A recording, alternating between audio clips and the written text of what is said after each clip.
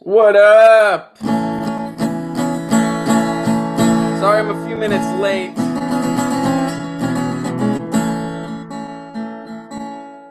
Sorry I'm a little late, everybody.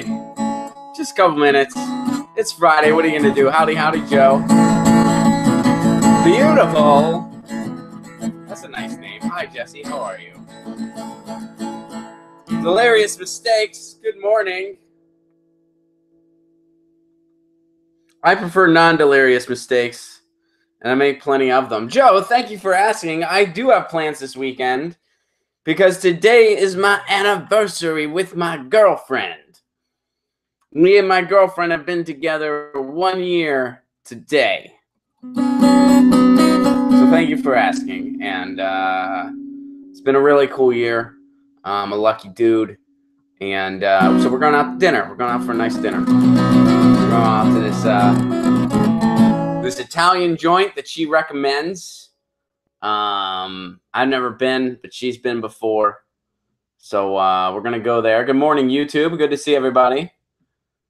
I can't see your chat, but Pasta's over there monitoring it. He's gonna be my my go-between dude, you know. Let's see. George Johnson says, "Howdy, y'all." Howdy, howdy t-shirts are coming real soon, by the way. Ernie B says, "Howdy, howdy, howdy, howdy." Back to you. That's our mating call here. Howdy, howdy, howdy, howdy, howdy, howdy, howdy, howdy, howdy to you. Having technical issues, Ron. I don't see any stream. Yes, the technical issue was I had to pee right around 10. Sorry, I'm a few minutes late, guys. But yeah, that is actually the technical issue. I had to pee. All right, here we go. Here we go. Here we go. Here we go. Ron, when are you coming to Boston? Oh, hopefully soon. You know, it's funny you say that because my girlfriend is actually from the Boston area. So we've talked about going out there together. So is Lucy there too? So anyway, I'm trying to get to Boston at some point this year. I don't know when, but at some point this year, I am hoping to get to Boston, either with the Jimmy Dore show or solo. But in some capacity, I'm definitely hoping to get to Boston at some point in 2018, likely in the fall, summer, fall. It wouldn't be in the winter because I can't do that. Frederick Murphy, is Jimmy planning a show on Saturday again? The Jimmy Dore Show typically live stream every Saturday at 2 p.m. Pacific Standard Time. That's usually when we live stream. Greetings, comrade. I own you now, says Marcus. I guess I can't lie. I can't argue. All right. You guys are already sending articles. We're already started. All right. Thank you guys so much. Let's go ahead and we are past 30 people. So the show has officially begun. All right.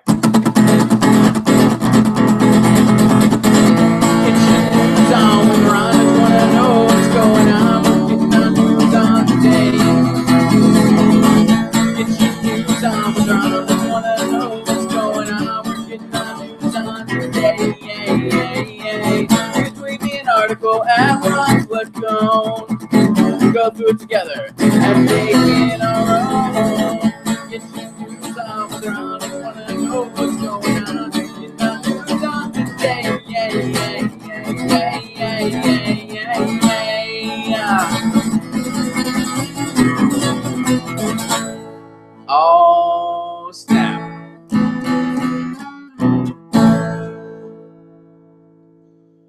Good morning, everybody. Welcome to Get Your News On with Ron, the world's first viewer-curated streaming news show. What does that mean? That means you guys tweet me articles at Ron Placone. We go through them together, and that's how this show is made. Another way you can tweet me, another way you can get me an article is by sending it to our Reddit subsection page, which is what I'm pulling up right now.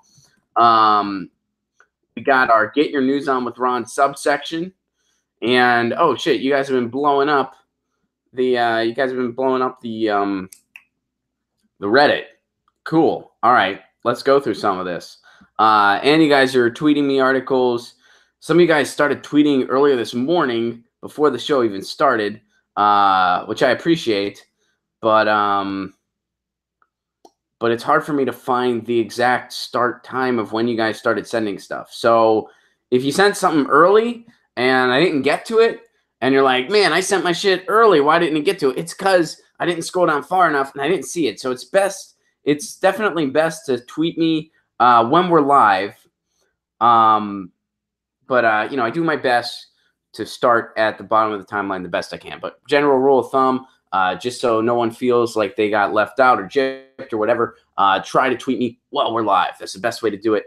But I do try to make sure I get to as much as I can. DC commented that Mattis admits there was no evidence Assad used poison gas on his people. So let's talk about that. And coincidentally enough, DC mentions it. Jesse tweeted an article about it. It's like you guys are on the same wavelength, man. It's like you guys are connected somehow. DC lives here in LA. Jesse, you live somewhere else, I'm pretty sure. I think you've told me where you lived before, but I don't remember. But it's like you guys are like connected via a series of tubes known as the interwebs, man. Somebody, what was that? There was some right-wing politician. I dropped my guitar pick. I found it. Some right-wing politician called the he called the internet a series of tubes. I don't remember who it was. It was a long time ago, but he like described it as a series of tubes. I believe it's a series of tubes. That was what that guy said. Anyway, I don't remember that guy. It's not important. Now Mattis admits there was no evidence Assad used poison gas on his people. Why am I saying that like happily? I don't know why. Like, I'm not happy. This isn't a happy article. I don't know why. I'm just in a good mood because it's my anniversary today. So I'm happy. So I'm like, yeah. And then like it's like this depressing article to start like, oh man, they lie about shit. They're fucking with us because they want us to continue endless war. More at 11. Like, that's like not like, wow, you're being goofy, Ron. You're a goofy guy. You're kind of goofy. Yeah, let me read the article in a happy tone. Oh, DC points out it was Senator Ken Stevens of Alaska that made the series of tubes comment. Kimmy says, OMG, yo GF is so stinking cute. Congrats on the anniversary. Thanks, Kimmy. That's very kind of you. I will give her the word. She does not watch this stream out of protest. She does not. She's not a Get Your News On With Ron viewer. No, she can't watch because she's at work. But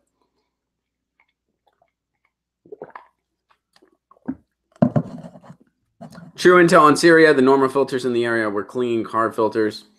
All right, here we go. Let's get into the article. Mattis admits there was no evidence Assad used poison gas on his people. Lost in the hyper-politicized hullabaloo surrounding the Nunes memorandum and the SEAL dossier was the striking statement by Secretary of Defense James Mattis that the U.S. has no evidence that the Syrian government used the banned nerve agent sarin against its own people. The assertion flies in the face of the White House memorandum, which was rapidly produced and declassified to justify an American Tomahawk missile strike against the Shirat, I know I'm mispronouncing that, airbase in Syria. Mattis offered no temporal qualifications, which means that both the 2017 event in Khan Shaykhun and the 2013 tragedy in Gouda are unsolved cases in the eyes of the Defense Department. Mattis went on to acknowledge that aid groups and others had provided evidence and reports, but stopped short of naming President Assad as the culprit. There were casualties from the organophosphate poisoning in both cases. That much is certain, but America has accused Assad of direct responsibility for sarin attacks and even blamed Russia. Surprise, surprise. We blame Russia for something, for culpability. Now its own military boss has said on the record that we have no evidence to support this conclusion. Jesse says, I'm expecting Howard Dean's apology tweet to Gabbard any day now. Yeah. I wish.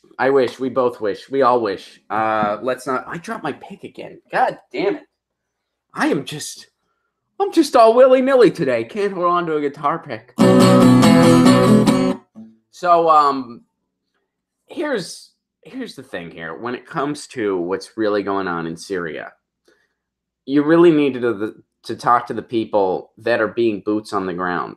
Eva Bartlett, Abby Martin, people that are risking their lives, literally risking their lives to tell us the story of what's actually going on there. You got to hear it from them, because our corporate media here in the United States, they just copy, print, and release any given press release. It's just PR. So you don't know if you're getting the truth or not. Like you really don't. Because what is their main priority? Their priority is promoting endless war. That's their priority. And this isn't a conspiracy. You know, and I know usually when people say this isn't a conspiracy, they say some real fucked up shit. But in this case, Rania Kalik, yes, Jesse, she's very good as well. Thank you for pointing that out. Marcus, see you when you come back. So, you know, it's just you just follow the money. When you have a media that's funded largely by advertising from oil and gas, that's funded largely by promoting endless war, that's never met a war it didn't like. When did our corporate media in recent years ever oppose any war? Iraq? No. Afghanistan? No. Any of the other wars? No. You don't even hear about most of them. Are they talking about what we're doing in Yemen? No. Hell, they're even beating the drums for war with North Korea and Russia. Our media's never met a war we didn't like. The Washington Post is in bed with the CIA. NBC is hiring straight up CIA people. Or intelligence folks, at least. They're hiring them for jobs. They're expecting these people from intelligence agencies to be our news people. We did a story about that over on the Jimmy Dore Show. It's a very pro-war system. And as some people in the chat point out, Charles points out, endless war makes for easy profit margins. And he also says, get it together, Ron, which is fair. Adrian says, Bernie Sanders launches marijuana petition. Tweet me an article about that. Let's talk about it more. So yeah, now they're backpedaling once again. And what's interesting here is there are never any consequences for anyone in the corporate media when they get this wrong time and time again. Nobody faced any consequence for Iraq. In fact, the people that were against the Iraq war got fired. Joe points out, and ABC hired Chris Christie. DC also points out, anniversary on National Pizza Day. Coincidence? I think not. You know me, buddy. You know me. So here we go. I mean, this was a huge story. People were blaming Assad. Now they're finding out that we don't even really know what's going on over there. So, Jesse, thank you for sharing. DC, thank you for pointing that out. Not only easy, but steady profit margins for every voting third party points out. DC points out the marijuana petition is a fundraiser. Someone tweet an article. We'll talk about that more. All right, moving on. This one is from Jackson Facts.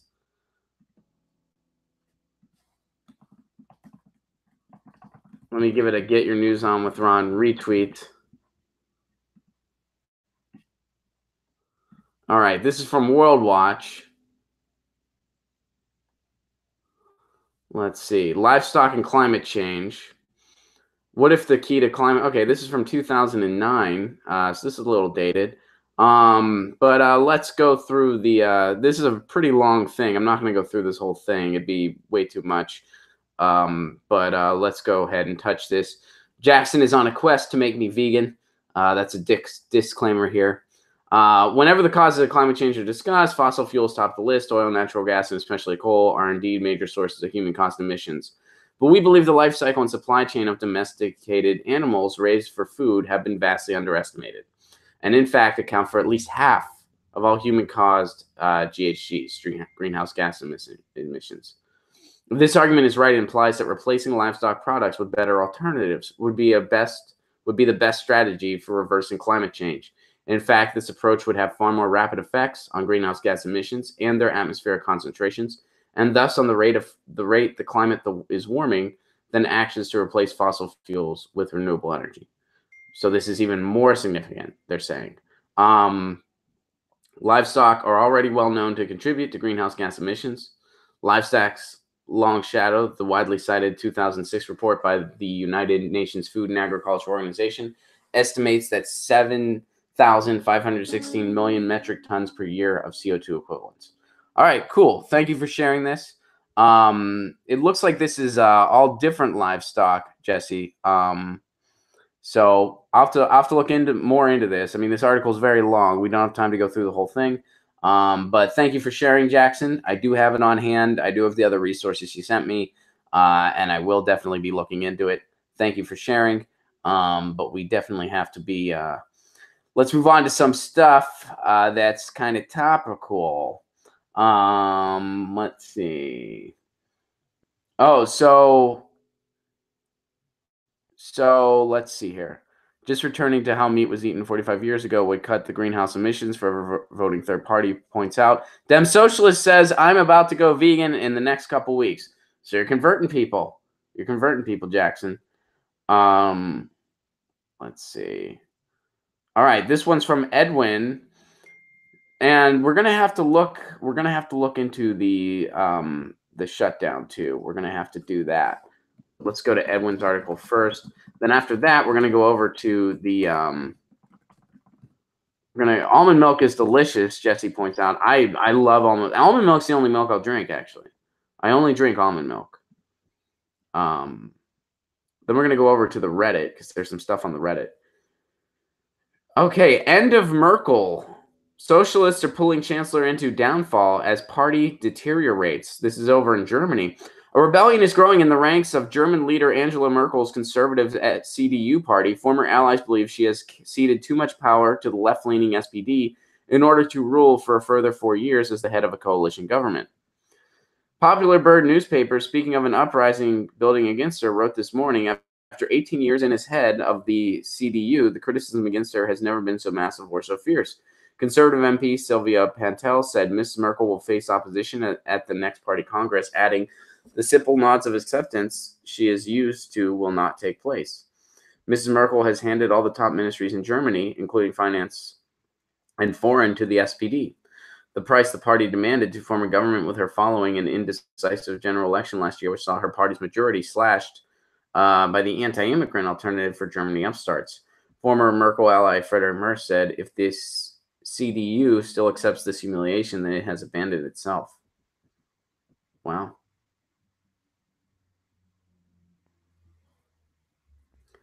All right, so I guess there's a little bit of upheaval in Germany, and Germany has actually had some pretty good news recently as far as the working class goes. Now, I'm not familiar with this SPD party. But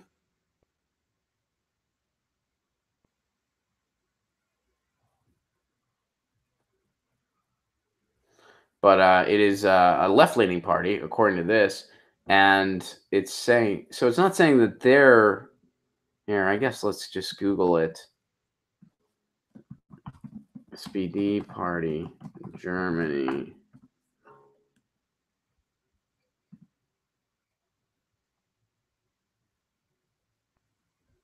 So I was confused by some of the wording in this article because it made it sound like anti-immigrant Alternative for Germany upstarts. So is that saying that the SPD is an alternative to being anti-immigrant, or is that saying the SPD is anti-immigrant? It's confusing verbiage. They're a left-leaning party, so you would think that they're not anti-immigrant, right? Party of European Socialists. This party has become two major. Okay. Yeah, it doesn't seem like they'd be anti-immigrant, so I think they're saying it's an alternative to that. Yeah, okay. They're a Marxist party. They espouse the goal of social democracy. So I guess it makes sense that Germany is being pushed even more to the left. Now, Germany is already pretty left-leaning, especially compared to us. But I guess, look at the victories they've had recently. They just won a 28-hour work week.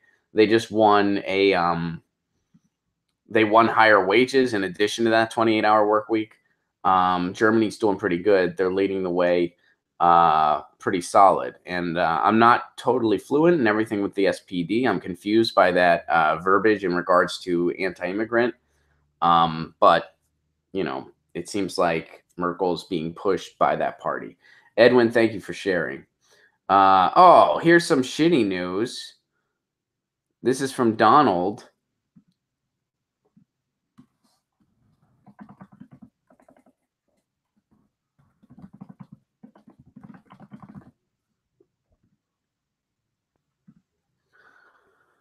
Oh, well, this blows. We lost a legend today. Grateful Dead lyricist and internet visionary John Perry Barlow, dead at 70.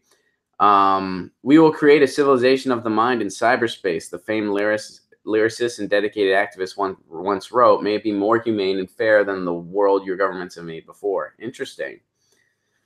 John Perry Barlow, who wrote lyrics for some of the Grateful Dead's most recognizable songs and later became a visionary champion of internet freedoms and digital rights, died on Wednesday at the age of 70. His passing was immediately met with outpourings of grief and remembrances from fans, friends, and collaborators who celebrated his contribution to the music world and his inspired activism.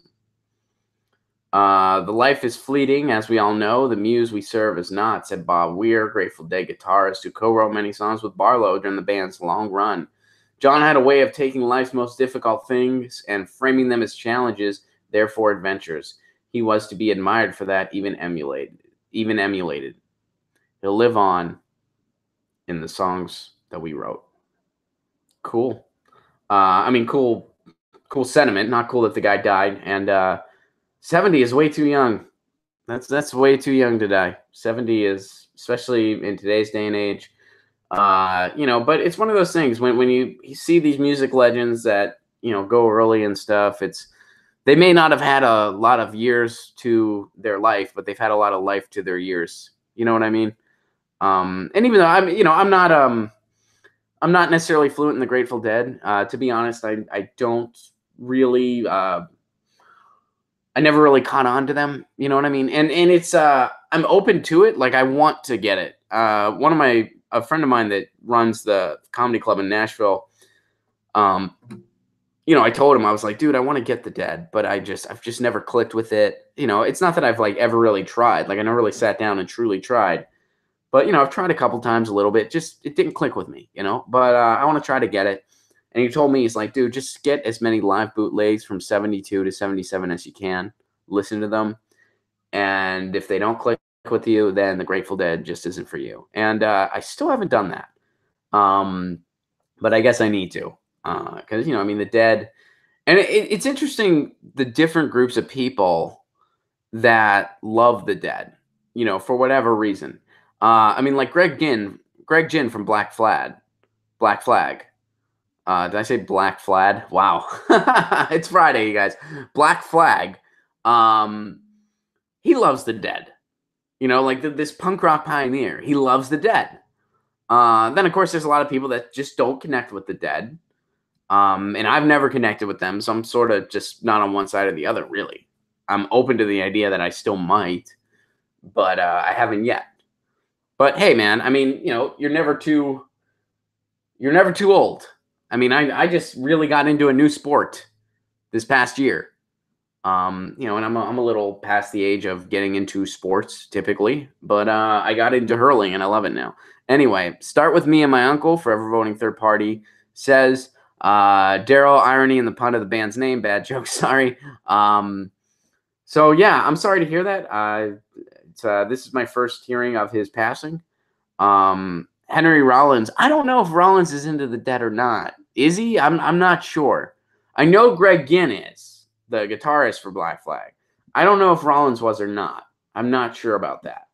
They weren't all into the same music, but Rollins might be too. I'm not sure. You think, if anything, it'd be easier to know if Rollins was or not, because, that dude writes everything. like everything, that dude will take a piss and fucking journal about it. And don't get me wrong, I've liked Black Coffee Blues. The first time I read that book, it changed my freaking life. So I'm not teasing on Rollins there. Rollins seems like he's pretty hippie. He probably loved Iggy Pop. Well, I know he loved Iggy Pop. Sake, I got into hurling in my freshman year. I didn't know how to pace well. Like it. All right, let's get over to the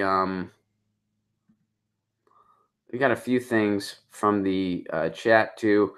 Lady says, "Hi Ron, so glad to see your videos. Love watching you on Jimmy Dore. Loved hearing your Russian accent. Thank you very much, lady." They want the masses. Eric says they want the masses to be quarreling amongst ourselves so that we are distracted while they truly bleed us dry. Absolutely. Edwin points out the stock market is eating shit again. As of this post, it is down 345. Damn. George points out part of connecting with the dead was being there. Yeah, probably. All right, let's go over to the Reddit for a little bit. And some of these articles are a little... Oh, this is interesting. Here, let's go to this one. Kimmy was just looking at the stocks too. Are you doing okay, Kimmy? How's your portfolio? I admittedly don't have any money in the stock market. Oh, and we have some breaking news. All right, so we're going to have to go to the bill right after this because someone just said in the chat, the budget bill just passed, projects $1.2 trillion added to the deficit in 2019. How might Bernie navigate the path toward instituting his policies without any money? Fair question. All right, so we're going to go to that right after this. Let's do this first.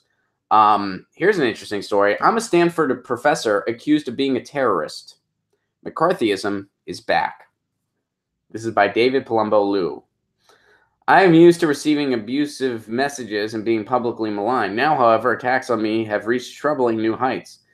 Today, anyone can be accused of anything without basis in fact or evidence.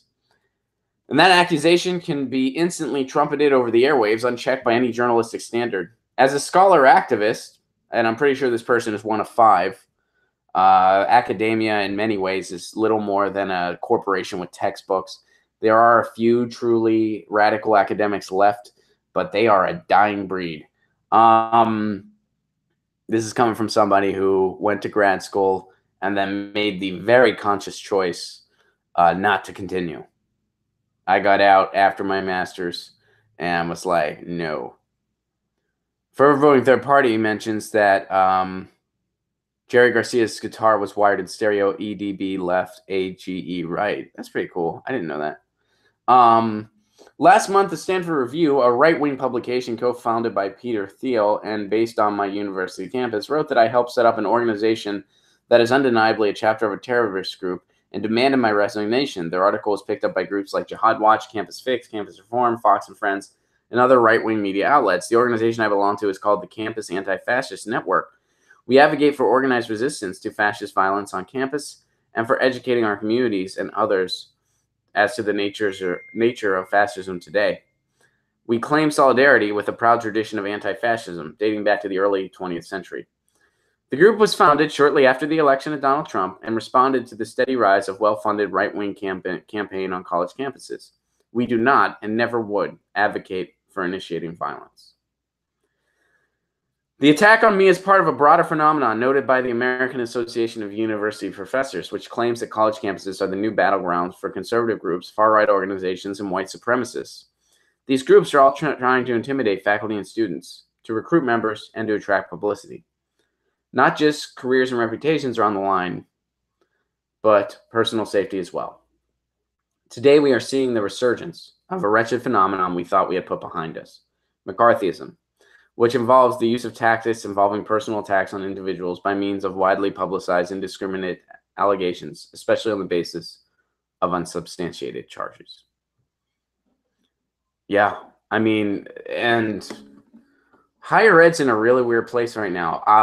Prior to joining the Jimmy Dore Show on a full-time basis, I used to tour a lot of colleges, and I really thought the election of Donald Trump was going to make my bookings skyrocket, you know, because I'm a political act, or I was billed as a political act. I don't even know exactly what that means, but and it did the opposite.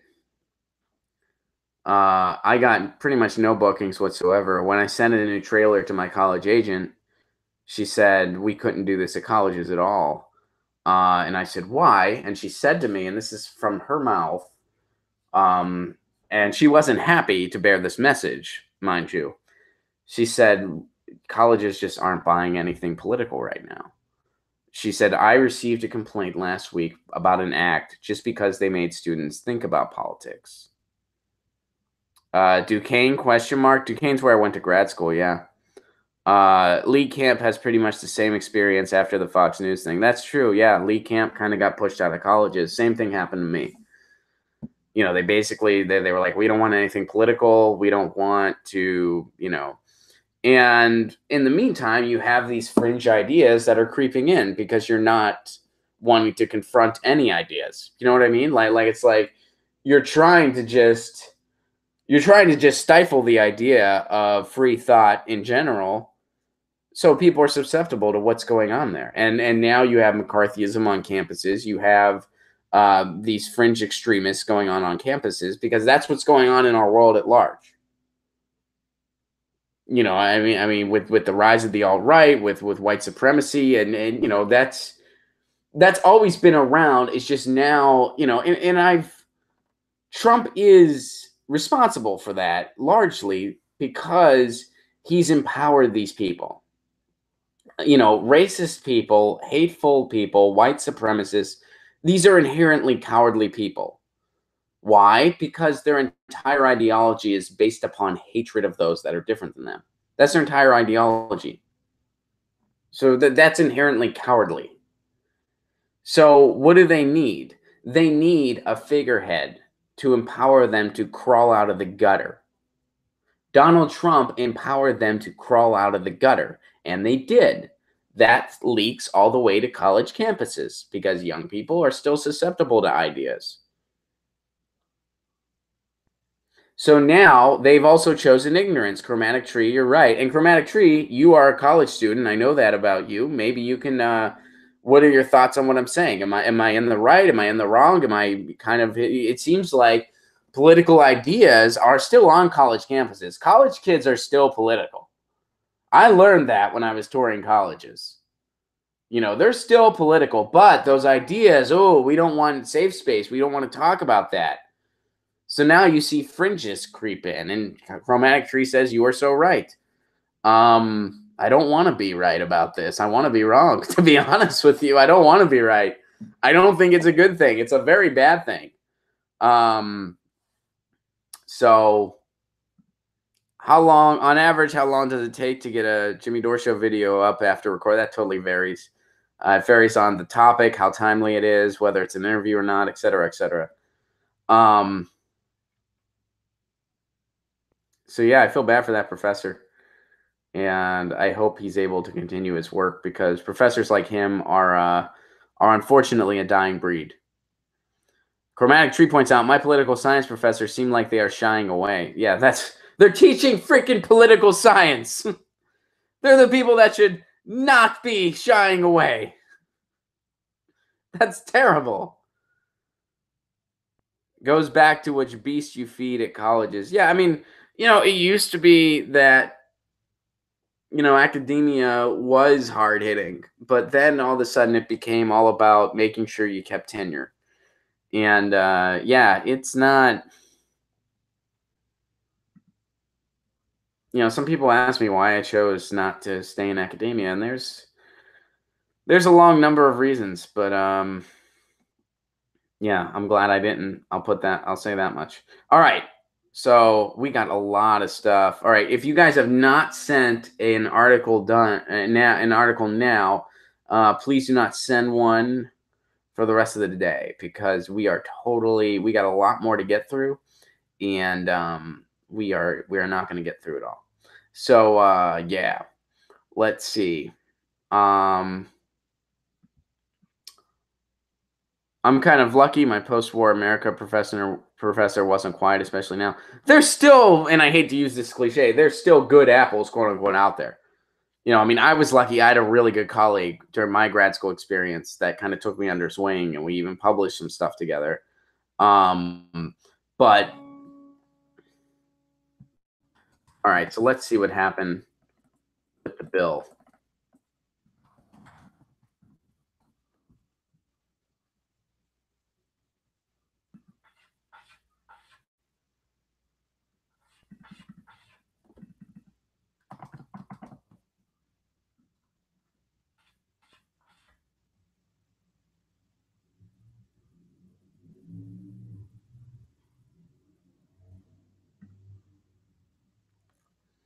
Government shutdown. While you were sleeping, a timeline of what the heck happened in Washington. This was published a little while ago. I wish I could find something a little more recent. The House has narrowly passed a sweeping bipartisan budget accord ending an hours-long government shutdown. While you were sleeping soundly early Friday, the government briefly shut down for the second time in 3 weeks. If you're reaching for the coffee and wondering what happened, we got you covered. All right, so it seems like they reached an agreement. The House voted 240 to 186 in favor of the bill around 5:30 a.m. Eastern Time.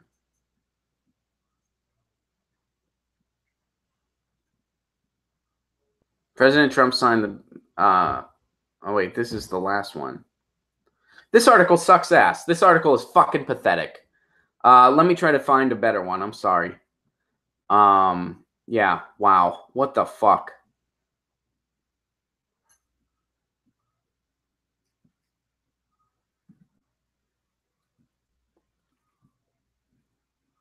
Same thing. Okay. If anyone has a good article on the government shutdown and the spending bill, please send it, because I'm not finding one. Buy bonds. We're going to war. Ashton, political science at my university is a joke. None of my professors except one admits that money in politics is a problem. Wow, that's scary. That's scary. All right, let's try to do this. Yeah, that fuck USA Today. Fuck USA Today. That article was a pile of dog shit. They couldn't even, I mean, anyway. Trump signs massive spending deal into law and ends year's second government shutdown. President Trump signs a massive spending bill into law and ends the year's second government shutdown. It would significantly increase funding for both military and domestic programs. Both conservatives and liberals mounted opposition to the bipartisan deals over deficit and immigration concerns. President Trump signed a major budget plan into law Friday, ending the year's second government shutdown hours after it started. So it shut down for a few hours, and then they signed it. Both chambers of Congress passed a short-term funding bill in the wee hours of Friday and cleared the way for a massive boost to military and domestic spending hours after funding lapsed at midnight. The government partially shut down for the second time in less than a month. The massive legislation cleared Congress after opposition delayed or threatened its passage in both chambers. The House narrowly passed the budget bill by 240 to 186 before dawn Friday, then sent it to Trump. So the first article we were reading started with this, and then they started randomly talking about the last time the fucking government shut down. Like what the hell's wrong with you? It was so annoying.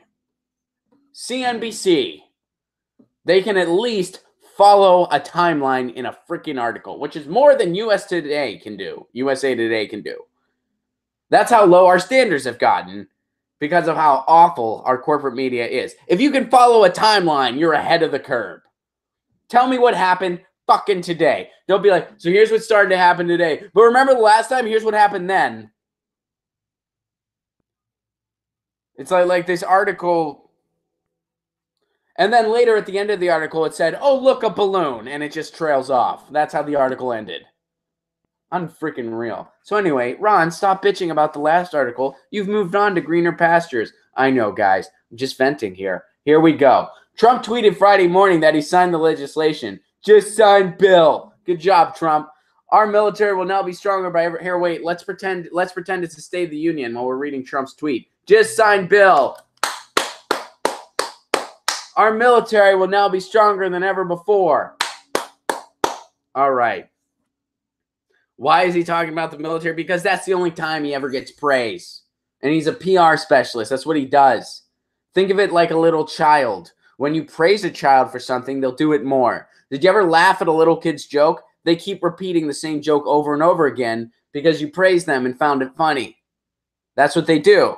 Similarly, Donald Trump, you praise him when he bombs Syria or when he has a war rally, so he's going to want to have a parade and do more stupid shit. And you give him more money than he even asked for in the first place. There's your Mick resistance. All right, our military will be stronger than ever before. We love and need our military and give them everything and more. First time it also means jobs, jobs, jobs. So he's basically just saying this helps the military. That's it. Conservative and liberal lawmakers mounted resistance to the plan. Some GOP conservatives objected to increased spending and argued that it would recklessly increase budget deficits. Meanwhile, House Minority Leader Nancy Pelosi and other Democrats criticized the lack of a provision to protect hundreds of thousands of young immigrants from deportation. And by the way, what Nancy Pelosi did was just a political move. It was theater. She didn't even really... She even said behind closed doors she was okay with the bill. She said the bill's still a win for Democrats. You know, I mean, she did that little stage thing where she did the 8 hours standing there and, no, she's old, and she was standing in heels. You know, and I said this on the Jimmy Dore show. When I was younger, I went to a lot of Iraq war protests. Never did I see anybody at those protests standing there holding a sign going, you know, I'm actually okay with the war. There's things about it I don't like, but overall I'm okay with it. I never saw that ever. That's literally what Nancy Pelosi did. She's like, this bill's actually good for Democrats, but, you know, I'm in California and I want to look good around the Dreamers come voting time. You know, I don't want to lose that base. So I'm going to basically lie to people and stage political theater. That's what Nancy Pelosi did. She did nothing more than that. You can say, oh, Ron, she stood there for 8 hours, blah, blah, blah. You're such a Bernie bro. You're such a pure. No, it was political theater. I'm not fooled by it. Sorry. And I really wish we lived in a country and in a world where the media focused on the number of years that people in Flint have gone without clean drinking water, the same way they focus on the number of hours a millionaire had to stand in a pair of heels. Big fucking deal. All right. People stand for 8 hours a day in all kinds of jobs, and they're underpaid for it. Mostly because of poor leaders like Nancy Pelosi.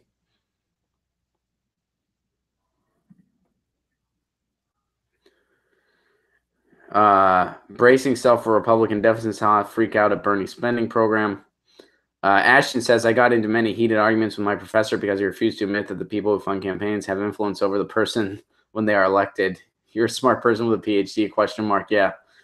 She was standing on hooves, Derek says. Rachel, Mick resistance, a moment by Democrats who claim to be against Trump, but really support him on almost everything. They just don't want to admit it. Exactly, Rachel. Isn't she the one who said they didn't need to change policy but perception? That sounds like something she'd say. I mean, that sounds like mealy-mouth bullshit that she would say, yeah. The Senate approved the measure by 71 to 28 early Friday. We knew it was going to pass the Senate. The bill sets up a 2-year, $300 billion boost in spending on military and domestic programs. It also extends the debt ceiling, authorizes nearly $90 billion more in aid for last year's string of natural disaster, gives funding to fight the opioid crisis, and extends the popular CHIP program for additional 4 years. Trump, he said he'd love a government shutdown, later signaled his support for the bipartisan deal. All right, so the deal includes a $165 billion increase in military spending, a $131 billion boost to domestic program spending, nearly $90 billion in funding for disaster relief efforts in Texas, Florida, Puerto Rico, and California. All right, well, that's good. 2 years of funding for community health centers. It's not bad. That's good. Another 4-year extension of the CHIP. They knew they were going to do that, and that's a good thing, but we knew they were going to do that. Funding for existing infrastructure programs, which Trump is going to try to privatize all those, by the way. The budget deal's passes faced real threats on Wednesday and Thursday. No, it didn't. Pelosi said she would vote against the bill unless Ryan gave assurances that he would allow open debate on immigration legislation. But then she also said to the Democrats, go ahead and vote for it. This was Mick resistance. Don't be fooled by this. And the people that go on the internet and make it out like she's some kind of hero, like she's actually standing up for the Dreamers and for DACA, how delusional can you get?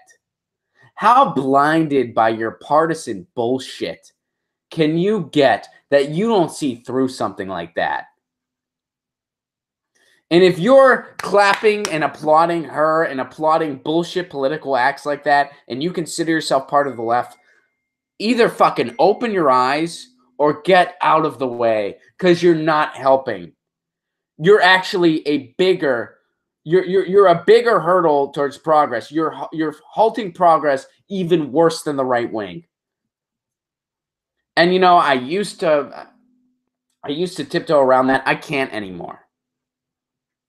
These limousine liberals, these corporate apologists, the Peter Dows of the country, they are worse for progress than the right wing. Because what is worse? The person who's the school bully that you know is the school bully, or the person who pretends like they're your friend, but it will stab you in the back every opportunity they get? What is worse? Which one's worse? I'm going to go with the latter. So this mealy-mouthed partisan bullshit is worse for progress than the right wing is. But Peter Dow's whining is so entertaining. Jesse, I wouldn't know. He blocked me on Twitter a long time ago. I mean, his tweets are so ridiculously tone deaf. Like, that guy is a parody of a parody. But, yeah, wow. Oh, by the way, guess what? That 8-hour political show was for nothing. You know what it was for? It was for Nancy Pelosi trying to make herself look good and trying to win re-election. And the person running against her, trying to primary her out, is Stephen Jaffe. Look into him and try to help out, because she needs to go. I'm sorry, she needs to go. So here's the path forward on immigration, which is, by the way, unclear. Though the bill ends a short government shutdown, the fate of immigration legislation is unclear. Nancy Pelosi stood there for 8 hours making Paul Ryan promise he'd talk about it, and he still said, go fuck yourself. And she said, okay, I want Democrats to vote for the deal anyway. What a resistance! Wow, they're really doing their job. They're really fighting Trump with nothing. They're assisting Trump. But go ahead and shame everybody that doesn't vote for that nonsense. Unreal.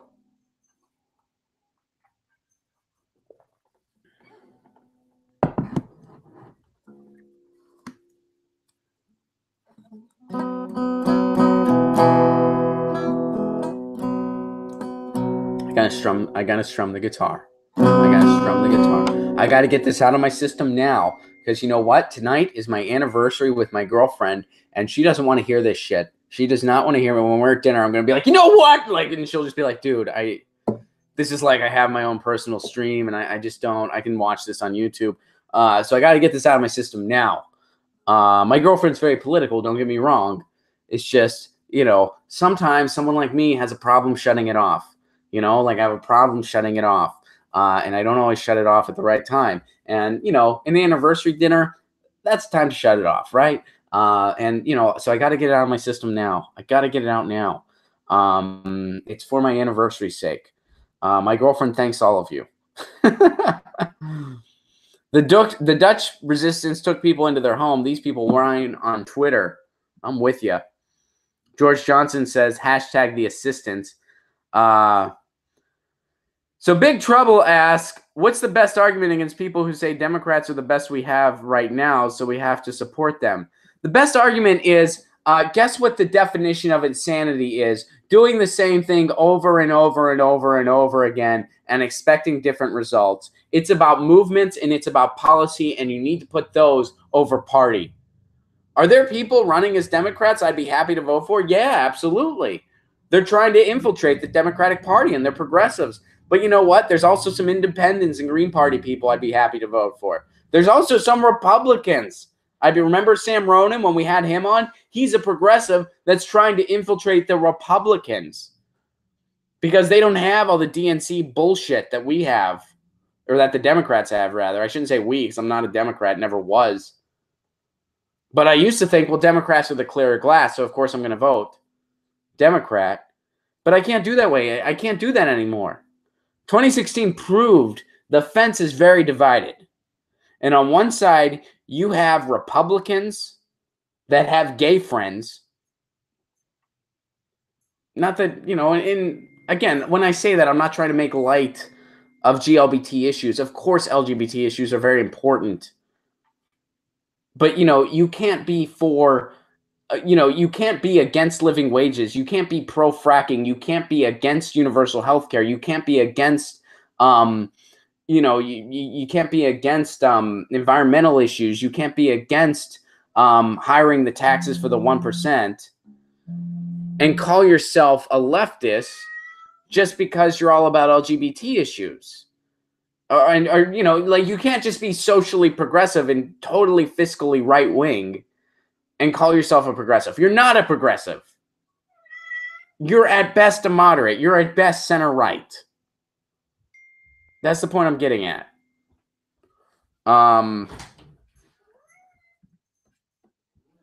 Derek says, Ron, if you need some tips, don't talk politics during foreplay. I'm not that bad. Rachel says, I hope the people of San Francisco do the right thing and vote Nancy Pelosi out. She's not qualified for California's 12th district. Amen. Three-sided coin, heads, Dem, tails, GOP, the edge, voters. That's a good analogy for ever voting third party. So yeah, I'm not saying never vote for anybody if they have a D next to their name. I'm saying vote policy over party. So that would be my advice. That's the best way. Vote policy over party. And, you know, my litmus test is pretty simple. First of all, do you support single payer? If you don't, I'm not even listening. That's the barrier to entry. That doesn't mean if you support single payer, you automatically get my vote. That's just the barrier to entry. If you don't support single payer, we're not even talking. If you say, hey, I support single payer, I'm still going to have to do a little more sleuthing. Do you accept corporate money? If you do, you ain't getting my vote. If you don't, all right, I'm still listening. Purist. Right, Jesse? You know what they say. The only people that have a problem with my purity test are the people that can't pass it. It's the truth. So the path forward to immigration, because of your Mick resistance, is unclear. The Senate will have an open floor process on immigration plans next week. The lawmakers have not expressed optimism about crafting a plan that can get 60 votes. Even if the Senate passes its own plan, it's unclear if it can garner the votes needed to clear the more conservative House. Ryan committed to bringing up an immigration bill, but only after the budget agreement passed. He did not meet Pelosi's demands. He didn't meet her demands. She stood there for 8 hours for no reason other than to promote herself. It was a self-serving process. She knew she wasn't going to get anything. She knew. And I saw a bunch of sheep on Twitter applauding her for it. What a joke. What a joke. And not a funny one. What a freaking joke. George Johnson says, tell him, Kat. Yeah, Lucy was angry. Ron's litmus is awesome. Thank you, Matthew. What do you think about multiple progressives watering down the progressive vote in a primary? Any solutions? Adrian, I've been talking about that issue, and you know, it's hard. We had David Hildebrand on the show, and I did bring that up with him. And you know, that's on the stream. I'll be publishing that clip shortly. You know, and in our California Senate, we're facing that situation right now. There's 3 good progressives in the race. I'd be happy to vote for any one of them, but I can't vote for all 3 of them. And what if none of them get in and we're stuck with Dianne Feinstein or we're stuck with De Leon? I don't want that. So, yeah, I mean, we really got to try to cooperate the best we can. And, you know, it's easier said than done because when people start their campaigns, they put a lot into it. They have people that are invested in them. How do you tell them they got to drop it or who drops it? It's not easy. I don't envy any one of those progressives. I don't envy David. I don't envy Allison. I don't envy Pat. I'm talking about Pat Harris, Allison Hartson, and David Hildebrand. So, yeah, I mean, it gets tough. You know, I mean, we have a movement on our hands. We really do. There's a movement of brewing. But, you know, we kind of got to cooperate with each other if we want any chance of really making a change. And, you know, I hate to use this cliche, but we are stronger together. And when I say that, I'm not saying shut the fuck up and unite. I'm not saying compromise with these corporatists. I'm saying, hey, when we're on the same page politically and we want the same things and we share the same principles, let's kind of see where we can cooperate here. Because we got to stick it to the Dems, as Sahi points out. The one bonus from having multiple progressives is that they can stick it to the Dems. Yeah, but if they split that vote, then none of them make the runoff. Using my California Senate example. If all 3 of those progressives stay up until the primary, there's a good chance none of them will get in. And I really don't want to see that happen. I so desperately don't want to see that happen. We need to pull together like the Tea Party did. Exactly. Exactly. The Tea Party cooperated, and they made the Republicans come to them. We have to do the same. And we either need to make we either need to gut the Democratic Party completely from the inside and change it radically, or we need to start a new third party. Both are not easy. My solution is a pre-primary where they declare a date a month before the primary vote to decide who will move forward. That's a potential solution. Sure, I like that. Sean Parker, David Hildebrand was the only one with the balls to say he thinks what happened to the Palestinians has to end. I can't speak to that one way or the other. I wasn't at that debate, so I don't know. I know that he did say that, yeah, like he said something similar on my stream, so I know that he stands for that. But as far as the other two don't, I have no idea if that's the case or not. I do think that Allison Hartson has said some stuff that was in support of saying what's happened to Palestine has to end. I'm pretty sure Allison Hartson has said similar things to that, but I can't say that totally without a doubt. And I can't say anything for Pat Harris one way or the other. Guys, we are totally out of time. So this is just another example.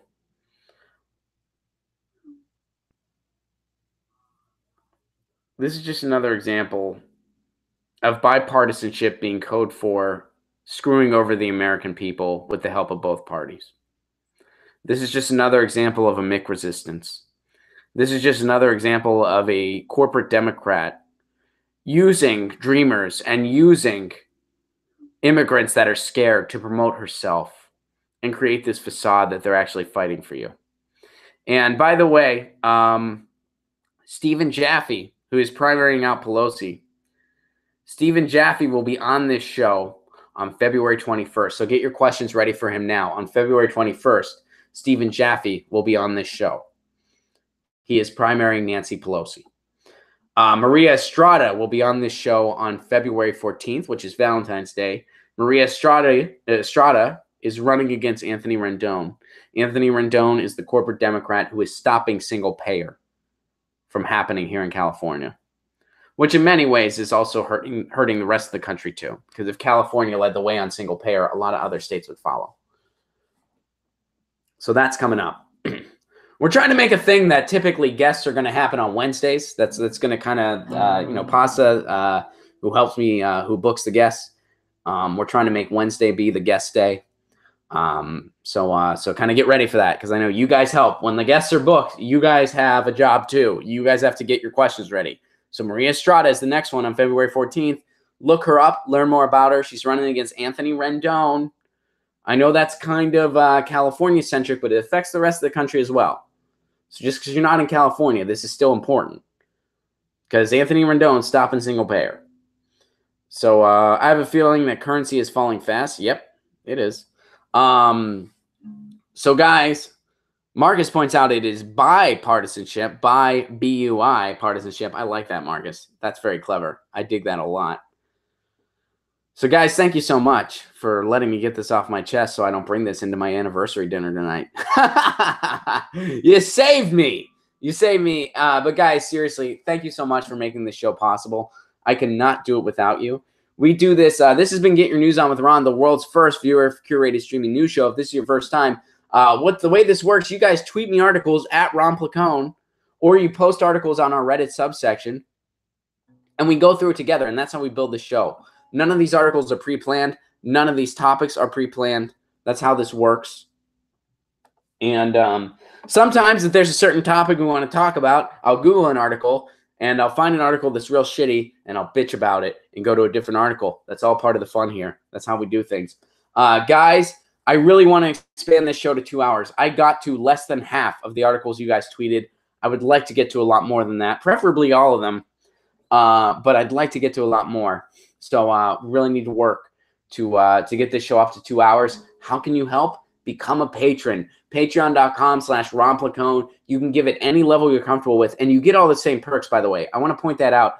The way Patreon has the settings, it makes it seem like you have to give it $5 or you don't get any of the benefits. That's not the case for my Patreon. All of my patron posts are for all patrons. I set it that way intentionally, and I write that in the description, but when you register, it looks a little confusing. But guys, just ignore that. That's a setting that I can't change. That's just Patreon system. $5 is the recommended general tier. It's the only tier I have, but you do not have to give $5. You can give less than that, and you still get the same perks as everybody else. It's a pay what you can model. It's just Patreon settings don't allow it to be read that way. So just ignore that. If you're thinking, man, $5 is too steep for me, but I still want to get the benefits, give it any level you're comfortable with. You still get the benefits. Marcus says, I gave 7. Thank you so much, Marcus. I appreciate that very much. Some people that are able to give more have done so. That's awesome. Some people that aren't able to give that much have given less. That's great too. I don't want anybody to not be able to be a patron that wants to be because of finances. So you can give as low as $1 a month. $1 a month. That's all. Just $1 a month. And you get all the same perks as everybody else. You get exclusive stand-up videos that aren't available to the public. You get an exclusive podcast once a week that me and my roommate Pasta do, who's moderating the chat here. So you get to hear more Pasta. You get writings from Lucy. Lucy writes a lot of dialogues. You get writings from her, so you get to hear from her more. Lucy's my cat. And all kinds of other fun stuff. We are really close to that first goal of T-shirts. Dem Socialist asks, how far are you from being able to do 2-hour shows? I'm still a little bit far away from that. But every patron helps. It's still going to be a little while. The T-shirt goal, we're this close. I'm getting T-shirts printed really soon. We're getting Howdy Howdy T-shirts. The first 50 patrons, you get those for free in your inbox, or excuse me, in the mail. Yeah, I can't email a T-shirt. So guys, if you are so able, patreon.com/Ron Placone. Guys, this has been Get Your News On with Ron. Thank you so much. We do this every Tuesday through Friday at 10 a.m. Pacific Standard Time. So we will be back on Tuesday at 10 a.m. Pacific Standard Time. I will see you then. Maria Estrada is on Wednesday. Get your questions ready for Maria. She's running against Anthony Rendon. And have an absolutely wonderful weekend. Get your news on with Ron. I want to know what's going on. We're getting our news on today. Get your news on with Ron. I want to know what's going on. Let's open and start World War III. Tweet me an article at Ron Placone. We'll go through it together and make it all. Get your news on with Ron. I want to know what's going on. Getting our news on today.